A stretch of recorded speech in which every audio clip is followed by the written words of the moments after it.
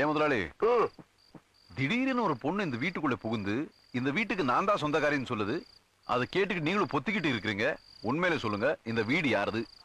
சொன்னா தீத்துற போறியா? என்னால முடிஞ்சதை செய்யற, சொல்லுங்க. கரெக்ட்பா.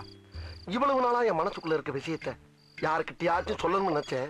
அதுக்கு ஒரு நல்ல வாய்ப்பு கிடைச்சிருக்கு. உங்ககிட்டயே சொல்றேன், உட்கார் ப்ளீஸ். கணபதி ஐயர்னு இருந்தாரு. 2 பேரா? ஒரு ஆளுதான்ப்பா. அவர்கிட்ட எங்க அக்கா காமாட்சி ரொம்ப நாளா வேலை பார்த்துக்கிறா. அப்படி வேலை பார்த்துக்கிற எங்க அக்கால அந்த ஆளு ரொம்ப நாளா வச்சிருக்காருன்னு ஊருக்குள்ள ஒரு புரளி. அதை கேட்டு நான் ஆக்ரோஷப்பட்டு நேரா அவன் வீட்டுக்கு போய் அவன் சட்டையை புடிச்சு எங்க அக்கால வச்சிருக்கியா முன்னடா அப்படின்னு ஒரு வார்த்தை கேட்டேன். அவன் என்ன சொன்னா? அவன் சிம்பிளா ஒரு பதில் சொன்னான். என்ன? உங்க அக்காவை நான் வச்சுக்கிறேன், என் பேக்கரியை வேணா நீ வச்சுக்க. அதுக்கு நீ என்ன சொன்ன? பட் அந்த டீலிங் எனக்கு ரொம்ப பிடிச்சிருந்துச்சு, ஒத்துக்கிட்டேன். என்னாச்சு? இல்ல, நீ ஏன் இவ்வளவு கேவலமா இருக்கேன்னு சொல்ல வர்ற, ஒத்துக்கிறேன். ஆனா எங்க அக்கா அப்படி இல்ல. கிளி மூக்கு, எலும்பு சம்பள கலர், சுண்டி விட்டா ரத்தம் வரும்.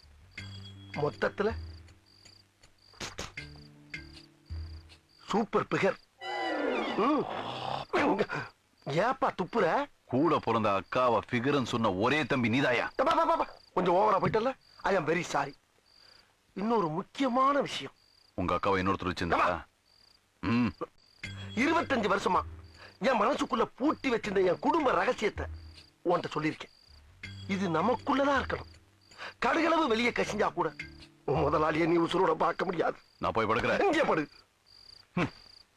இவ்வளவு கேவலமான விஷயத்தை எவனாவது வெளியே சொல்லுவானாயா? அதை சொல்லிடுவேன்னு பயந்தாப்பா அவன் இங்க படுக்க சொல்றேன். சரிடா.